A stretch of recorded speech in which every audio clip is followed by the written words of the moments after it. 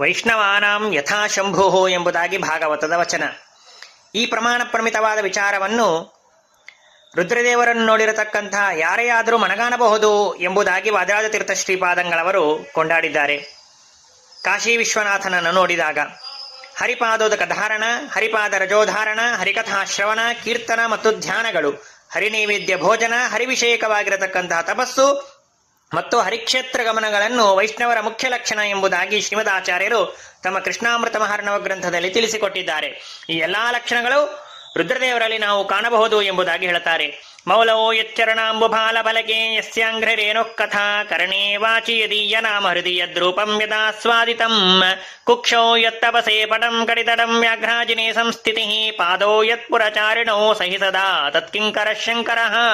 ಇಂತಹ ಕಾಶಿ ವಿಶ್ವನಾಥ ನಮ್ಮನ್ನು ರಕ್ಷಣೆ ಮಾಡಲಿ ಎಂಬುದಾಗಿ ಸ್ತೋತ್ರ ಮಾಡ್ತಾ ಶ್ರೀಕೃಷ್ಣಾರ್ಪಣಮಸ್ತು.